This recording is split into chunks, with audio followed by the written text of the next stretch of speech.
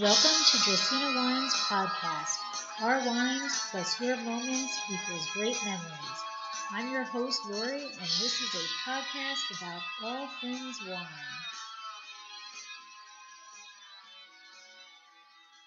Hey everyone, welcome to this episode of Dracaena Wines on Wine.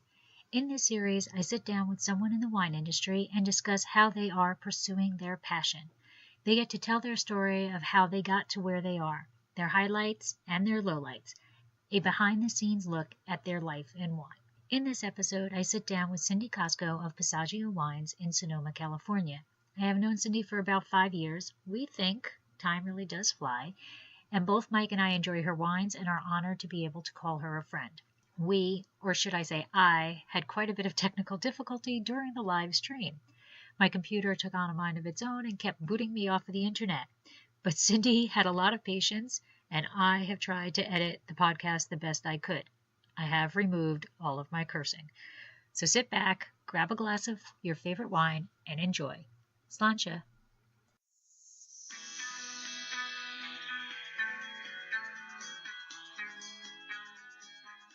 We are live, and welcome to this episode of Dracaena Wines on Wine.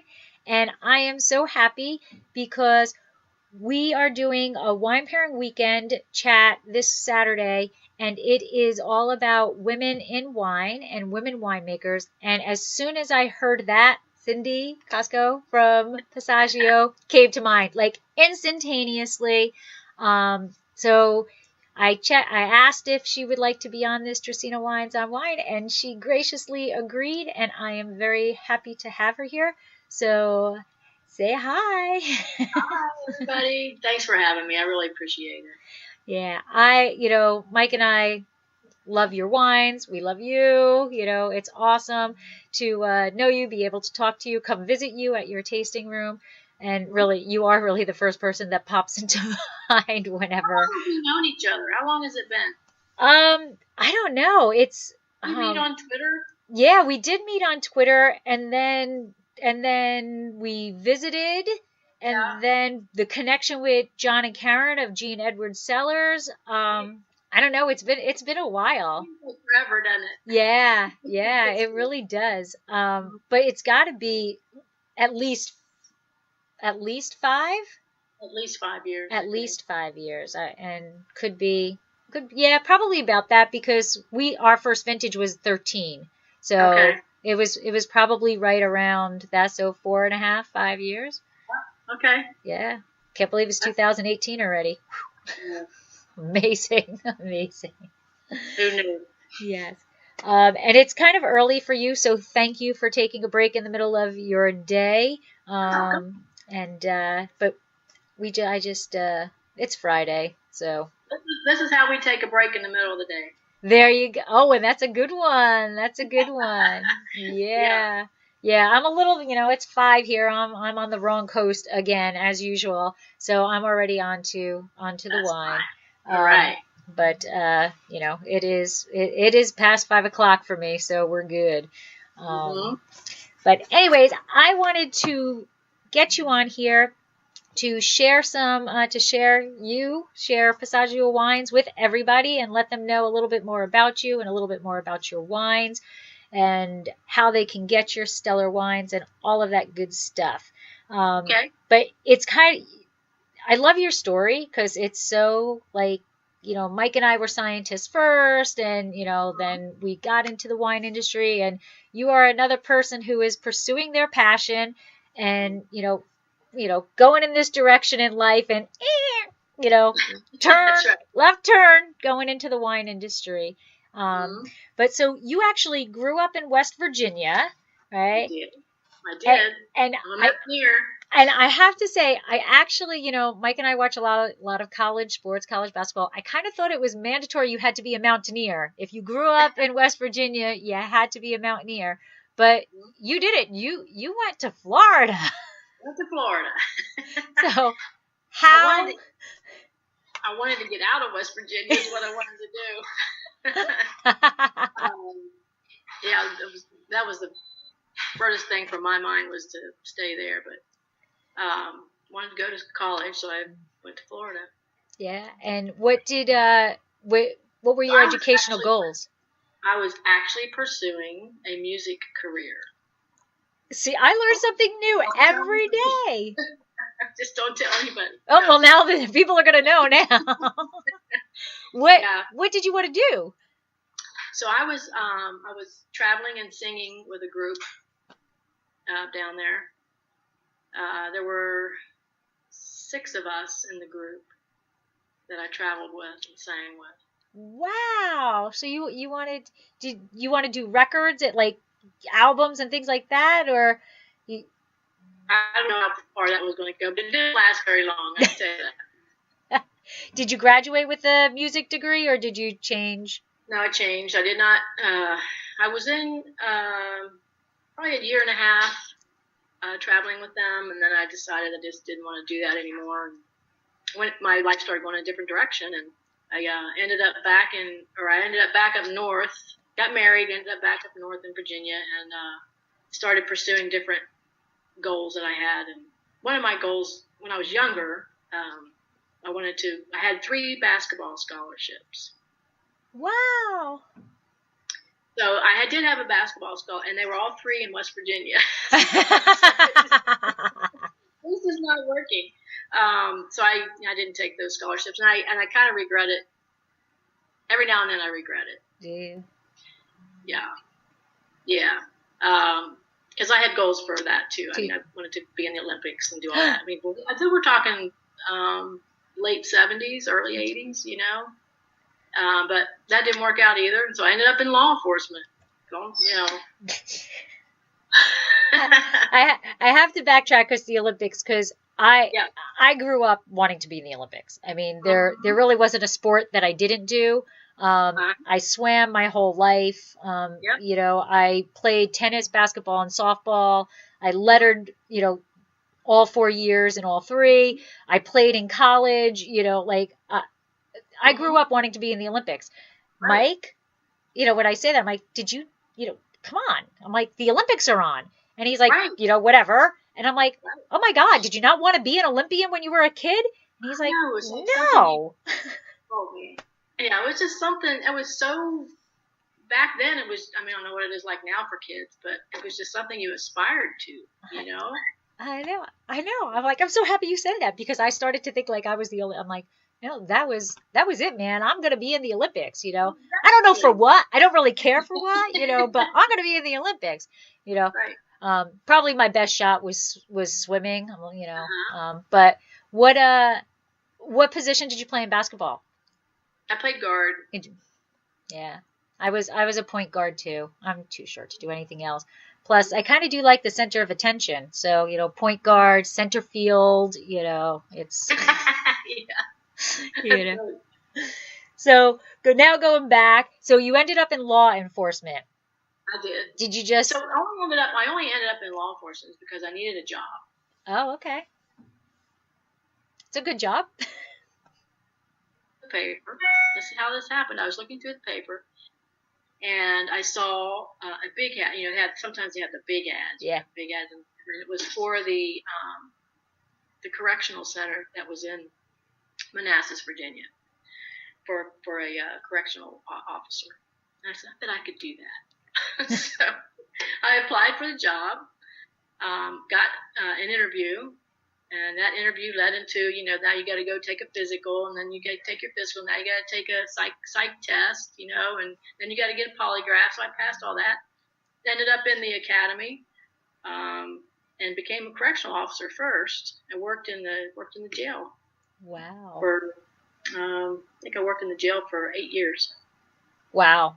That must have been a life experience there. Oh man, yeah. And that I applaud those people that make that a full-time career. And then from there, I wanted to go on the street to be a patrol officer. So I left the correctional field and went to Prince William County Police Department. Oh, okay. And how long were you in law enforcement? 15 years total. 15 years. Okay. Mm-hmm. And in Virginia is the magic number 25 also? Like, I think 20 is the magic number at a certain age. Okay. And did you just is that where you decided, okay, we're going to make another curve and I'm going to go into the wine industry at this point? Or was there something in between law enforcement and wine? There wasn't anything in between. Got divorced and then decided that I didn't want to stay in Virginia. What am I going to do? So maybe I could make wine. I don't know. And so, I mean, I've always had a love for wine, and my grandfather, I grew up with wine. So the Italians, quote unquote, the Italians always have wine in the house. And so I grew up with that. So I thought maybe I could go to California and make wine. I didn't know. Right.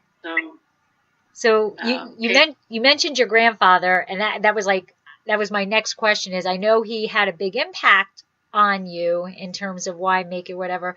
So I'm envisioning little you running around with grandpa and, in the cellar making wine. Were you actively involved with it, or was he like, go, I'm making wine? I used to be able to sneak down there and watch him every now and then, but not very actively involved in what he was doing at the time. Mm-hmm. I think he had, your recollection of things when you're younger are different now, so I think there were 2 barrels down there in the basement, okay, and that he made different wines each year. It was whatever fruit he could get. Okay. So it wasn't, it was usually like a raspberry wine or okay, blackberry wine or something like that, right, that he was making. So he was getting fruit from West Virginia. He would go down to the local, I remember him going down to the local fruit market, and he would try to get the guy to sell him all the, like, strawberries or whatever the guy had. He would tell the guy, oh, these don't look too good right now, so he wanted to buy up all the strawberries, so he would just buy up all that stuff. That's how he made his wine. Oh, that's awesome. But he led to your love of wine, Yeah, he did. So you settled when you decided to go into wine. Right. Did you explore different wine regions, or was it, I'm going to go to Napa, Sonoma? Mm-hmm. So I would fly out here before I retired. I didn't retire, but before I quit law enforcement, I would fly out here. It took me about 2 years. Once I decided I wanted to leave law enforcement, it took me 2 years to do that. So during those 2 years, I would fly out here and explore areas, and I fell in love with Sonoma. And that's how I settled on Sonoma. And when I moved out here in 2004, I lived in the East Bay. I lived in El Cerrito in the East Bay.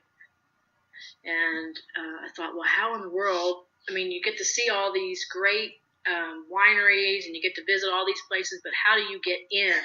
How do you, get in the industry? I didn't know how to do that. So I started working at Bevmo. Home of the 5-cent wine sale. That's right. I love that. So in Albany, so there was a Beverages and More, I think is what it is. And so I was working there like 20 hours a week. It about killed me. Standing up on on the concrete floor all day, and stocking shelves, and then working the cash register, and and then they always want you to work more because someone else called in and you got to go fill in. So there's this guy that would come in on Saturdays, and his part-time job was there on Saturdays, and he would do the dollar tasting that they had in the back of the store. Okay. So I would go back and talk to him all the time because I was real interested in, because he would talk about the wines and what he was tasting, stuff like that. I was pretty interested in that. He worked for Chateau St. Jean during the week. I told him what I was trying to do, and he says, and this is July of 2004. Okay. And he says, well, I could probably get you a harvest temp job for this harvest. And they said they're going to be hiring next month in August. And I said, really? I was like so excited. So I talked to the manager at Bevmo, and she said, well, just go ahead and do your little stint, with your little temp job, and we'll hold your position here, and you can come back after harvest. I thought that was pretty nice. So I got the job, and I started working harvest, and they put me in the cellar, and I was doing, pump overs and cleaning, a lot of cleaning. stuff like that, filling barrels. And then they asked me to come into they came out to the cellar and found me. And they said, "Do you mind working in the lab for the rest of harvest?" I was like, yes. So I got to work in the lab, and those ladies showed me everything they could, how to do lab stuff. Then I started learning really a lot about winemaking at that point. After harvest, they hired me on full time. So I got to call BevMo and say, guess what? I'm not coming Thanks. back. So that's actually how I got started. That's awesome. That's awesome. And you didn't have any science background, right? They just wanted a good worker in the lab. Yeah. They just needed somebody that they could teach, understand, that would understand, and that would show up every day, and work like you're supposed to. And be smart enough and not mess up the analytics. Right. This is the instruction. This is the work order. You take the work order out to the cellar, and this is what you're supposed to do. Right. So. And it was love from the beginning.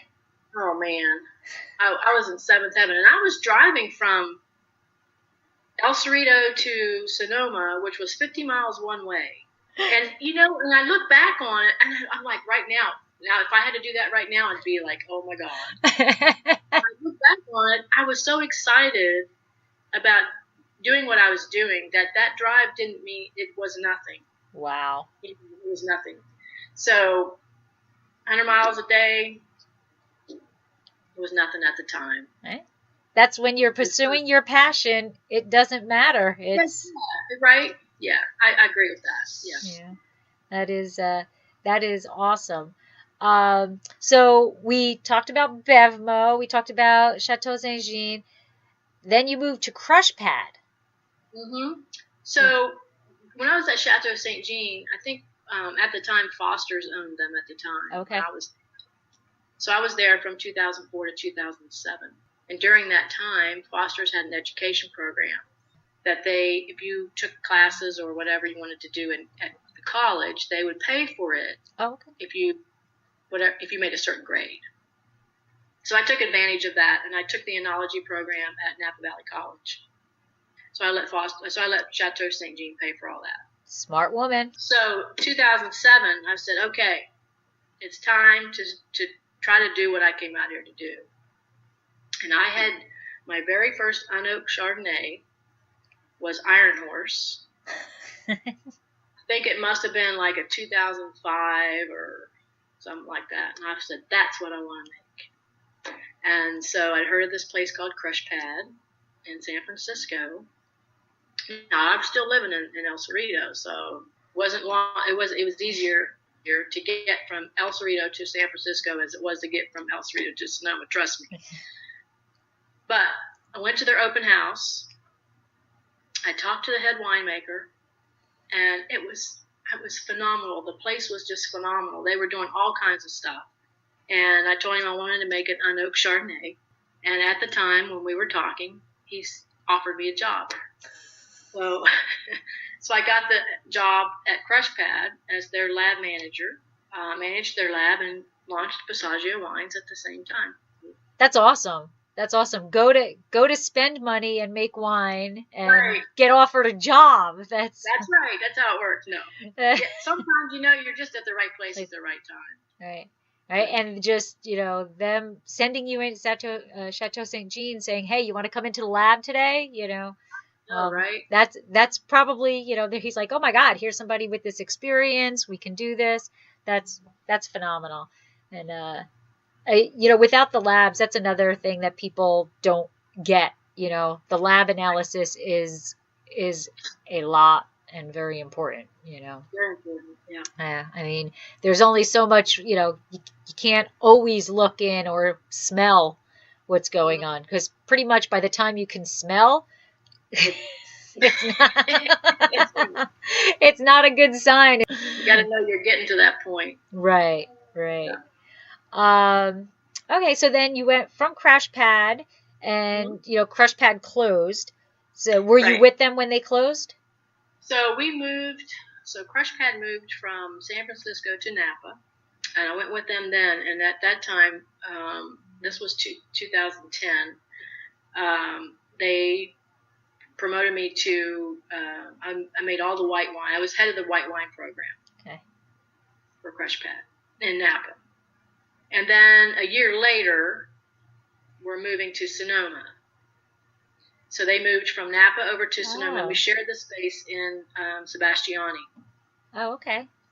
So at this point, I was like, something's not right. We've moved, this is not good. This is not normal. So I decided to get out. So I left Crush Pad before they went under. Yeah. Okay. So we were at Crush Pad when you were there, but since we made a Syrah, our paths didn't cross, I guess. So because we did a 09, I think it was, from White Hawk Vineyard. Mm-hmm. So we were great fruit there. Yeah. Oh yeah. That was. I still have a couple of bottles of it, and I'm like, this is still. I mean, it's past, but it's still there, and it's still good. Yeah. Yeah. So when were you there first? Were you there was that your first 2009? That was, but that was not Dracaena Wines. Okay. So that was another name that I cannot say. Okay. So you can tell me later. Yeah. So that was another name and I tried very desperately to keep that name when we went, because that we didn't sell. That was for us.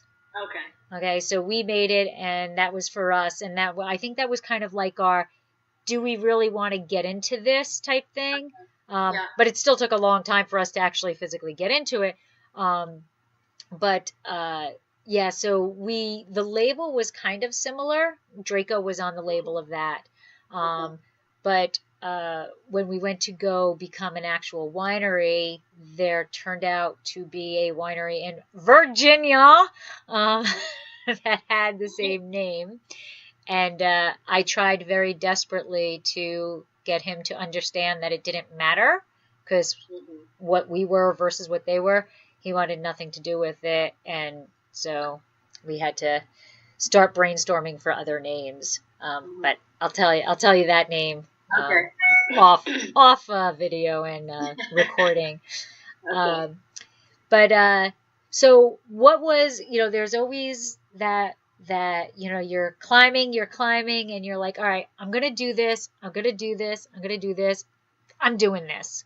So when you were at Crush Pad and you went to make your unoaked chard, was that for retail? Yes. You went right to retail. You didn't do any, let's kind of goof around with, let's have fun, make wine stuff? But anyway, I made 2 barrels of unoaked Chardonnay. I could sell 50 cases. I'll be good. I made the 50 cases, and I sold. And at that time, we're talking 2007, so that was the first vintage, and so we're going into 2008. Around that time, social media was just beginning to boom. So there was Twitter and Facebook. Okay. And I was like, I was never going to go on either one. I was there. Yep. What the heck is this? And I don't want to have any part of it. And then a good friend of mine who used to be the winemaker at Gunlock Bundschuh, Linda Trotta, called me one day, and she said, "Cindy, they're having this conference on how to do social media, how to get on Twitter and Facebook for your business." And I was like, "What?" She says, "Would you go with me?" And so I said, "Sure, I'll go with you." So, and I had a BlackBerry phone at the time, right? Those were the things. Those were the things. When the rollerball came out on the BlackBerry phone, you were great. But anyway, so we went to this little seminar thing, and I walked out of there and I was like, okay, so how do you do this? I was intrigued, right? So I got on Twitter and I got on Facebook, and I sold all those 50 cases on social media. I know it can be done. So anyway, after those 50 cases, I said, well, I'll double that, and I made 100 cases the next year, and so forth and so forth. Well, you're braver than we are. We're not growing. We're not doubling every year. I am not doubling every year. But I mean, realistically, we sell everything social media. Yeah. I mean, because no tasting room, so Right. nobody's going to know who we are unless That's how you do it. on social media.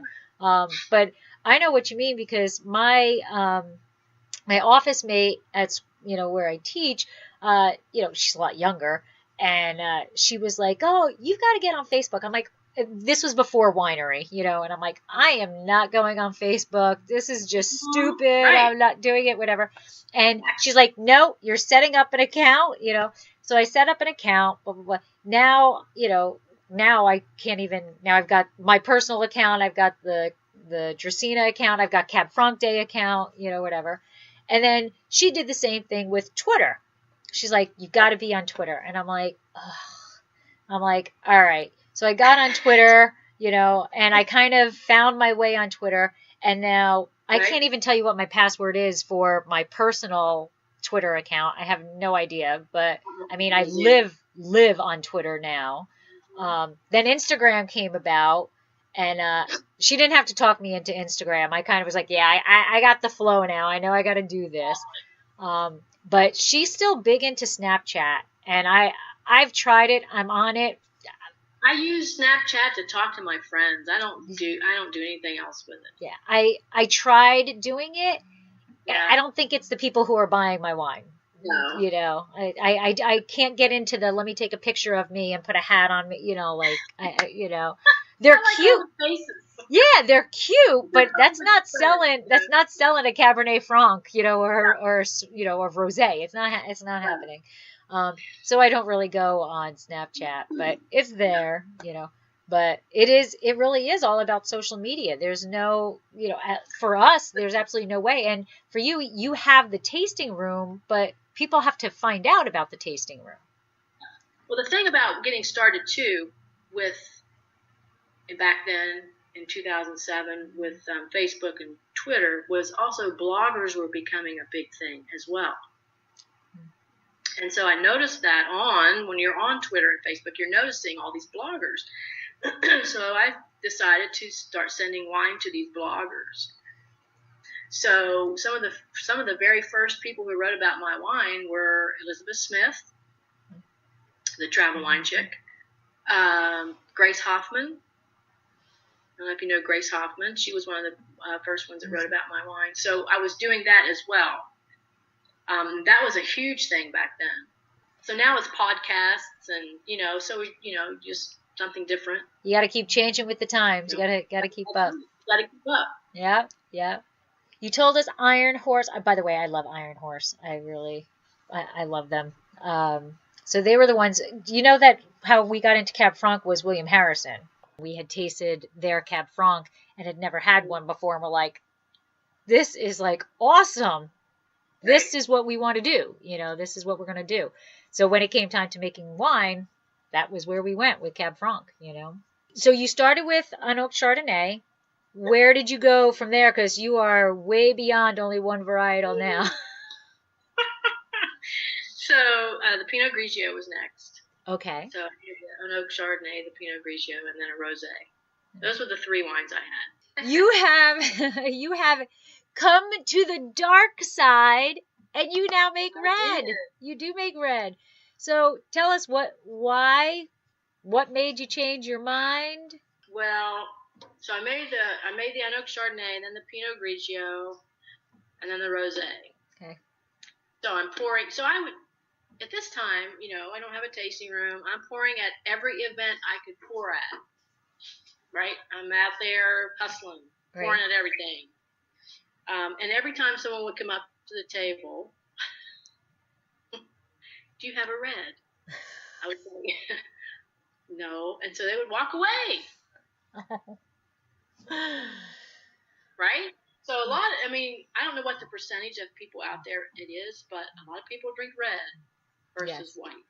All right. So I thought, okay, so if I made a red, it would probably be a Pinot Noir because that's a lighter style that I would probably make. So in 2011, I got some fruit for some Pinot Noir. A friend of mine helped me get that, and I made a Pinot Noir in 2011. That was my first red. So I've got these 4 wines. I've got an oak Chardonnay, Pinot Grigio, a nice rosé, and a Pinot Noir. So that was good. A nice portfolio, 4 wines. But I couldn't stop there. So, I mean, there's so many. I love drinking different wines, and so there's so many different wines out there. Why not make what you can make? Right. So I think the Sauv Blanc was the next white. Oh, okay. That I made, and Roussanne came out. I was supposed to make a Marsanne Roussanne, and I got cut out of the Marsanne that year. Oh, okay. Yeah, the small producers get cut out if there's not enough fruit. So I made a straight Roussanne, and so I've made a straight Roussanne from then on. See, it was meant to be. Right, it was meant to be. So, and my portfolio, I think it's just grown. And I'm known for the white wines, basically. But I still have, I make I made 7 reds. I think there's 7 reds right now. Right now. There's more coming. To be continued. There's more coming. Yeah, but I get it because we, we only have the Cab Franc, so we were, we'd be at a pouring and they're like, do you have a white? I'm like, no, I don't have a white. Why don't you have a white? Well, because we're Cab Franc people. I don't, whatever. So that was kind of why we went to the rosé. Okay. Because again, to expand, people want different wines. So is it a rosé of Cab Franc? It is not a rosé of Cab Franc. I borrowed, almost stole. I did everything to try to make it a rosé of Cab Franc. But Cab Franc is not a cheap fruit to get. And the fiscal person in me and Mike, were like, if we were going to do a rosé of Cab Franc, it was going to be like a $30 bottle of rosé. And not what I thought we would sell or could sell. And so we went with, we got phenomenal fruit still within the Estrella district, so the district that we love in Paso. And we got a Syrah, so it is Syrah rosés are great. Syrah rosés are great, and Syrah from Paso is good fruit. Oh, that's expensive, or? Yeah, so the bottle is $20. So I think that's a great price point. Yeah, so that is. How much of that did you make? We did. We were chicken. We only did 1 barrel. Okay, that's okay. We were chicken. We wanted, and I had to convince Mike to do a rosé. So I didn't want to fall on my sword, I guess, too much. If we went big and it didn't sell, or and it was our first rosé, so we wanted to make sure. And in my head, I had a very specific regimen of what I wanted. I wanted it to be this color. I wanted it to be Provence style. I want that acidity. I want all that. So. We figured, let's start off small. Let's see how we do. If people like it, if people want it, we can always get more next year. So, and we are we are possibly expanding a little more with next year. Well, we will have, with the 16 fruit, we're having a reserve. We're having a vineyard designate with our, with our 16 fruit, and that's Cab Franc. But we're looking to potentially expand out to another varietal with the 18 fruit. But yay! And oh my God,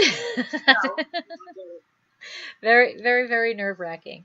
But we will see. All right. So how long were you in selling? Behind the tables, doing all that, when you were like, you know what, I need to do a tasting room? I went from 2000. Well, the first vintage came out in 2008. So the 2007 came out in 2008. So from that point till 2014, I'm hustling and finally figuring out that this is not this is not growing as fast as it should, or as I thought it should. So I need a tasting room. Well, how do you do that? Where do you do that? And, and how do you get the money for that? It's like, it's not easy. So I started looking around at areas. I have a good friend of mine, Taryn Ignazi, who owns Brighter Estates. I don't know if you know. I don't. So she was a crush pet before she launched off on her own. So she was in Vine Alley. She had a little tasting room in Vine Alley, and she opened that tasting room in 2011. So I contacted her, and I said, I'm looking at these different areas. And I went and looked at, spaces, empty spaces in Glen Ellen, spaces in Kenwood, spaces in Sonoma on the square at that time. So I contacted her, and she said, Cindy, don't go there, don't go there, don't go there, because you're not going to get any foot traffic. You're not going to, Right. And so she says, I think, you might want to call Ryan Snow, who is he's like the manager of all the Sonoma court shop things. Right. And she said, call him and put your name on a list, and maybe something will come open. So I called him, and I, told him who I was and what I was trying to do and looking for, and just so happened that he knew of one of the tasting rooms that was going to come available. And I said, seriously? And I said, well, I was like, you're like, I didn't know what to say. Right. And so I said, well, can I look at it? Or, he says, I could take you over there. The tasting room I have now is where he took me. So he took me in there, and those people, so I'm looking around, I'm like, I think I could do something with this, because it was kind of dark in there, and it was, it was like it was his style, it was Mr. Haywood. It was his style of tasting room, and it wasn't my style, but I thought I could do something with it. So I have an architect friend, and before I signed anything, I took him in there.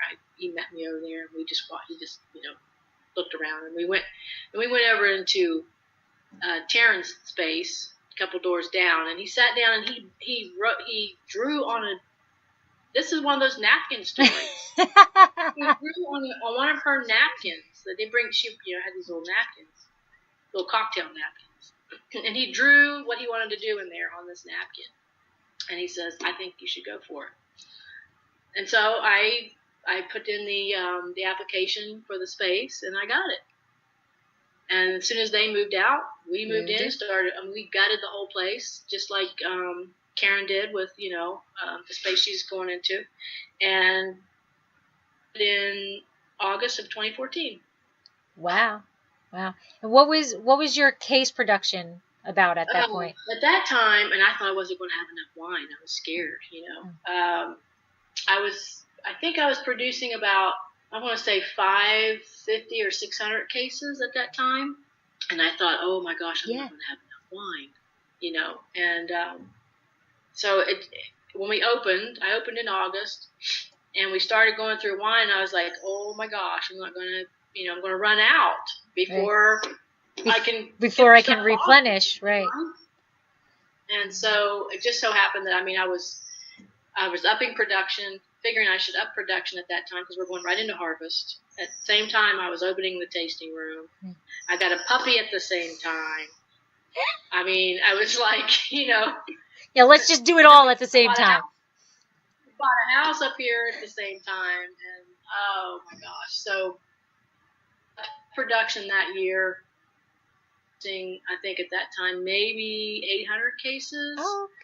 And then the next year, like 2015, like 1,200 cases. And then, I'm up to about 1,800 cases now. Okay. Awesome. And you have quite a bit of foot traffic.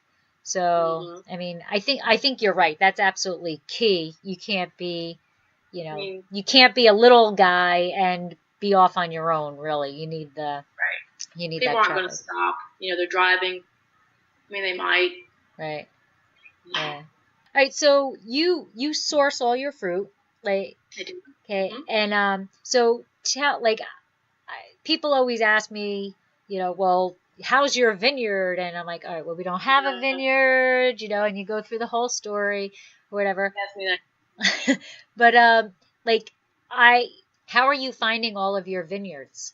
And are they the same year after year, or like have you created green contracts with them, or? I think I'm pretty set now with my vineyards. And a lot of them fell in my lap, like the Cab Franc. The story about the Cab Franc. I mean, this guy comes walking into the tasting room. I just happened to be there that day. And he comes in, he's got bib overalls on. He's wearing a straw hat. And he's carrying a bottle of Cab Franc. And I'm like, what? What is this? What is going on? So he comes up to the counter, and he's looking at my menu. And he says, do you make a Cab Franc? And I said, no, I don't make a Cab Franc. Do you make a Cab Franc? I said, And he says, well, yeah, I do. I make this Cab Franc. And he says, I'm waiting for my appointment. He was trying to get his Cab Franc into Oso, the restaurant around the corner. So I said, well, he says, do you mind if I wait here while, for my appointment? I said, no, you can wait here. You can have, if you want to taste a wine or whatever. And he says, yeah, I'd like to taste some of your wine. So we tasted some of mine. I said, well, can I taste yours? So he poured me a little bit of his Cab Franc. And I said, so, we got to talking, and I said, so where's this fruit from? He says, well, it's my fruit. And I said, oh, so you're the grower and the winemaker. He says, well, I don't make the wine. He says, I have a winemaker that makes the wine for me. I said, oh. So he says, would you be interested in buying some Cab Franc? And I said, well, I might. And so that's how I got the Cab Franc. Right. Again, right place, right time. Right place, right time. And he's just like, his vineyard is like, I would say, 3 miles from the square. Okay. And he's the gentleman that I met at your anniversary party? I think so. John Albini. I think so. Yeah. He was such a nice man. He's such a wonderful guy.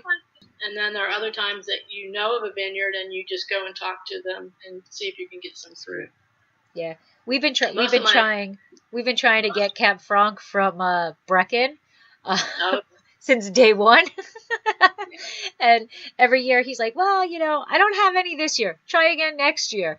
And I don't know if he's trying to tell us don't ask anymore, but I ask every every year, man. You never know. Yeah.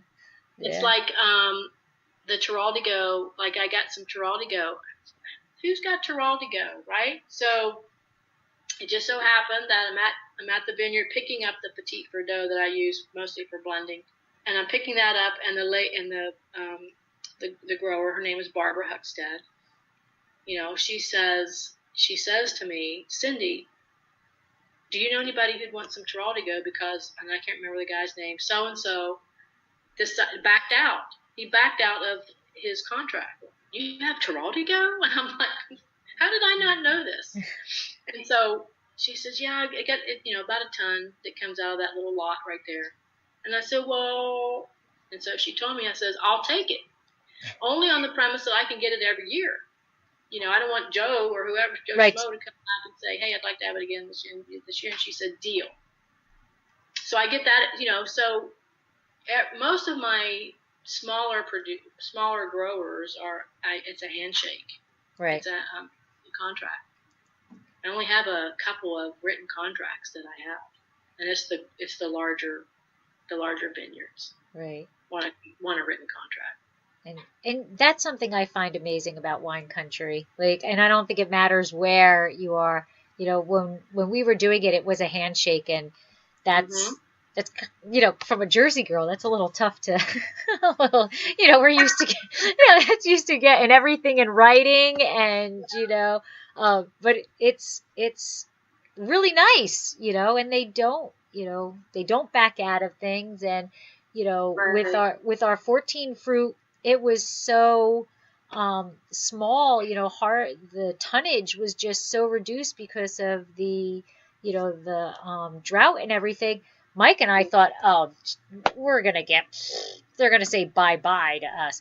And they didn't, we got less than we had anticipated, Right. but they kind of evenly distributed, they took a little, and I'm like, wow, that so wouldn't have happened in Jersey, That happened to me in 2015 Yeah. with the Chardonnay. Yeah, and I thought I wasn't going to get any, and she divvied up what she had to people, and everybody got some, but you got less. Less. Yeah. Yeah. So would not have been Jersey at all. Like, not at all. It's a beautiful thing. And living on both coasts, it's like how you get jet lag or whatever. I have to get like into Paso mode when when I get there. So the reason why I originally reached out to you was because of the wine pairing weekend being the women winemakers. And I think that there's more and more women in the wine industry, which is a wonderful thing. But so do you find it, because you're in a different situation than I am. I'm kind of behind the scenes. I do make decisions and things, but I'm behind the scenes. Do you think it's a hindrance? Do you think that it's changed over your career? Like think back to when you first started. Do you think that people looked at it differently because you were a female, or, and has that changed to today? I think it's changed. I think it was harder then, 2007, and before it was harder for women. But I really think there are some women who helped lead the way, and Kathy Corson, we're talking Margot Van Staveren, those people, Mary Edwards. Right. I mean, those women were making wine and not being recognized. So I think that it's changed, but I still think we have a long way to go to be even with male. Male winemakers. I was on a panel one time, and the question was, how do you feel about being called female winemaker? And I said, well, we don't say male winemaker. We don't say male anything, really. Right. We don't say male astronaut, male president, male, whatever. It's always female nurse, female astronaut, female this, female that. It's always put before the name or the career.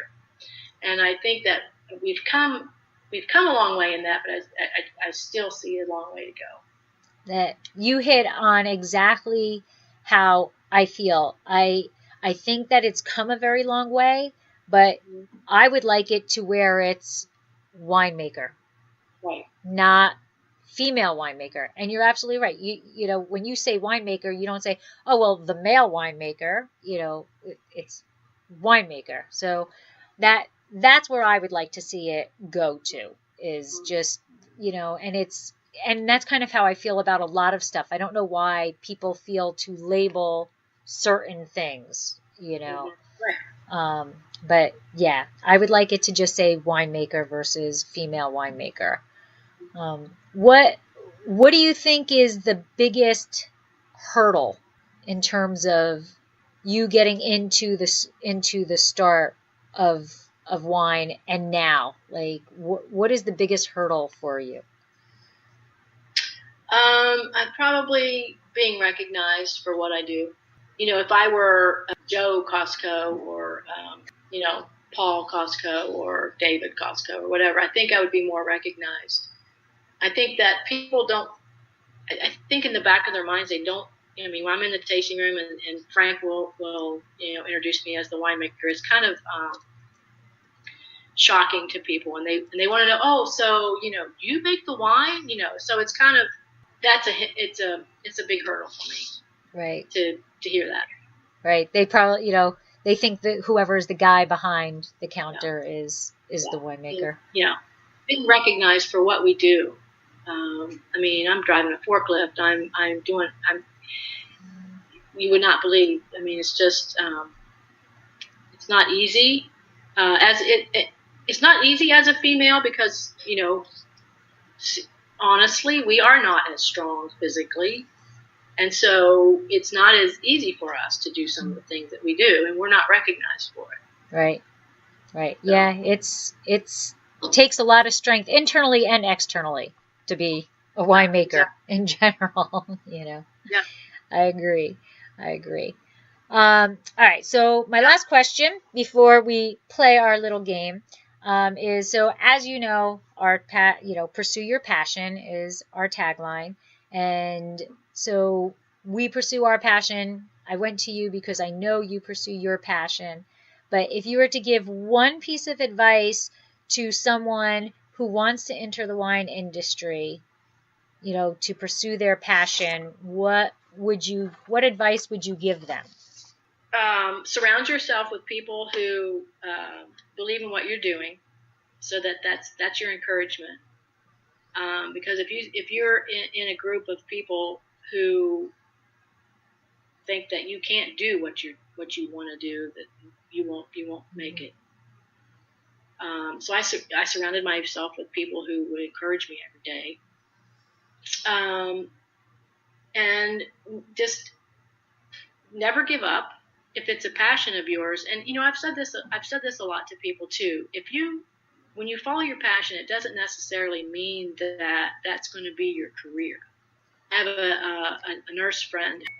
She's a head of some department in the hospital, and that's her career. She loves that, but her passion is knitting. Oh. And so she loves to knit.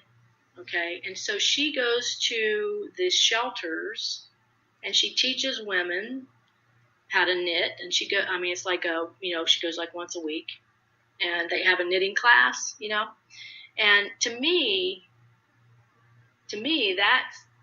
that's what you're when you're following your passion, you are connecting with other people and you are helping other people. And it doesn't necessarily mean that it has to be a career, and she's probably touching more people than I have ever, touched. So to me, if you want to follow your passion, just follow it and see where it leads you. I wrote an article, or I wrote a little blog about fork in the road. Sometimes you come to this fork in the road, which way do you go, So follow your passion and see where it leads you, and always have a plan. Surround yourself with and never give up. That's good. That's good. I think that's a biggie. Don't give up, because anything that's worth having in this world isn't coming easy. That's right. Otherwise everybody would have it. That's right. So you can't be upset when it doesn't go exactly how you want it to go. Right. That is awesome. Yes. So you ready to play a game? I'm ready. Okay. All right. So my game that we always end Dracaena Wines with Wine is the Phoebe game of opposites. Okay. So I don't know if you watch it or not, but there was an episode where Joey wanted to drive cross country.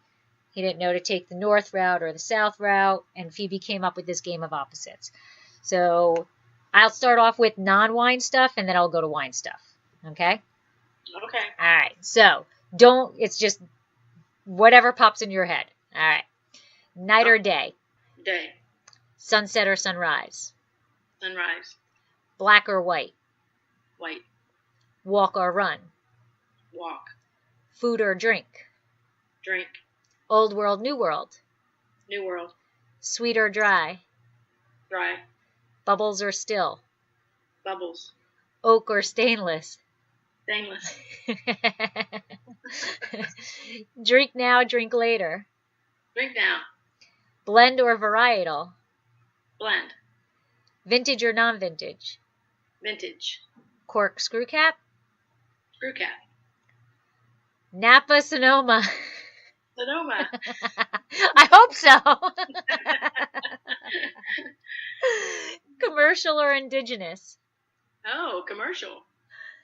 Bordeaux or Rhone? Rhone. Warm climate, cool climate? Cool climate.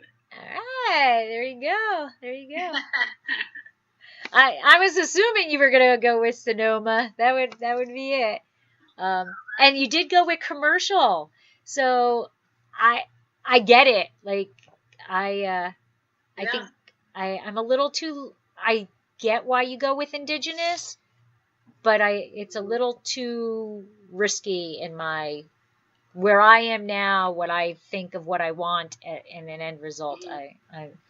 I like the commercial. Mm-hmm. But yeah. What is it exactly that where would you like to be like 3 years from now? As for case production, that's more Mike, because I think he's thinking more what's the number that gets you to actually black, you know? So I don't know. I don't ever want to be so big that they're not talking to me.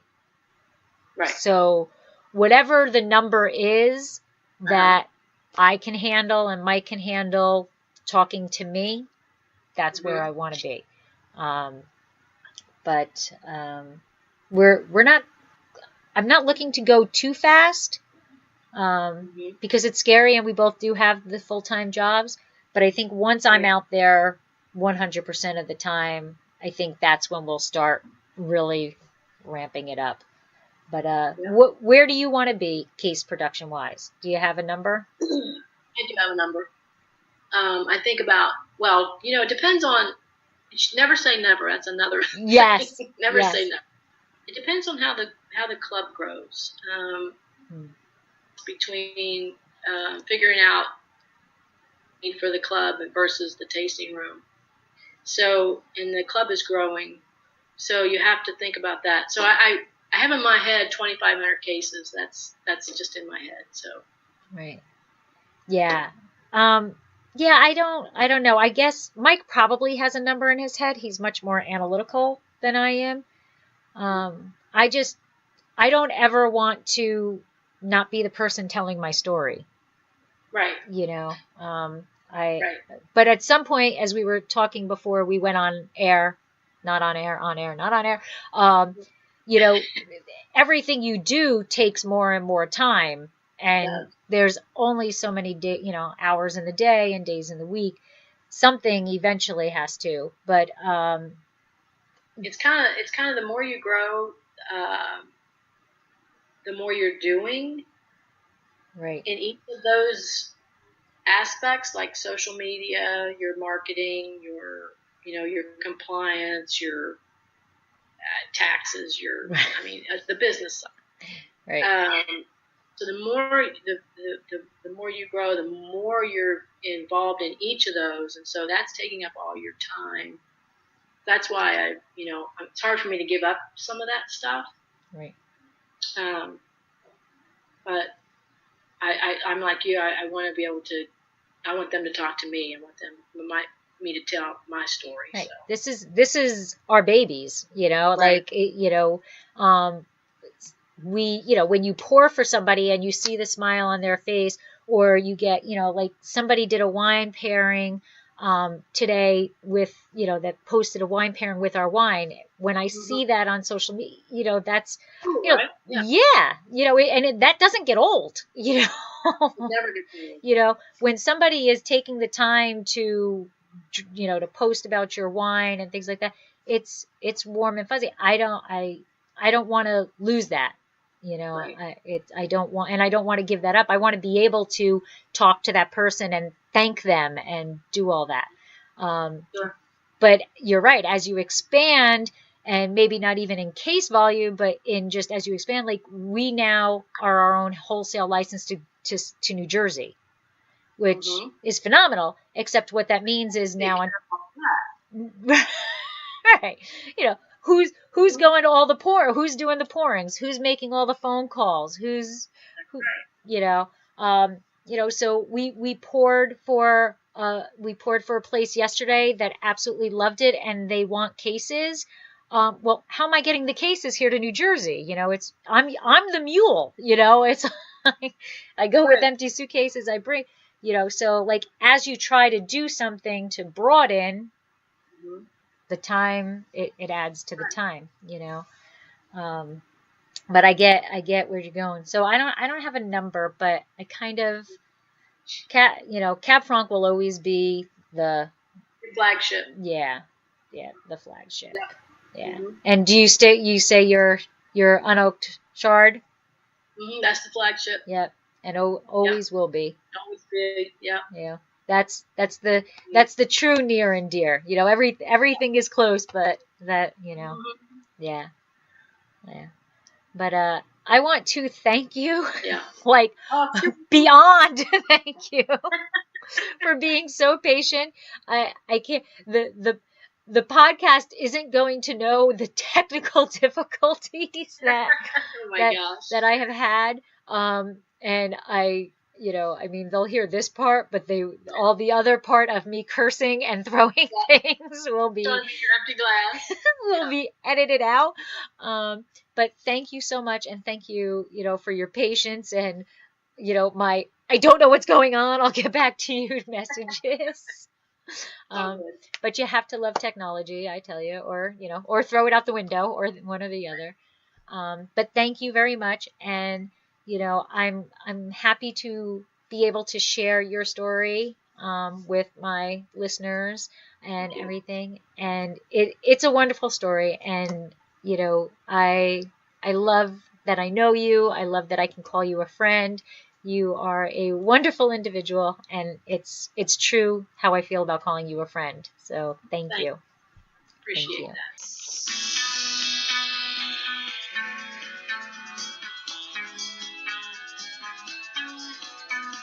Thanks for listening to Dracaena Wines podcast. If you have suggestions of what topics you would like us to discuss, please reach out to us on social media or at dracaenawines@gmail.com.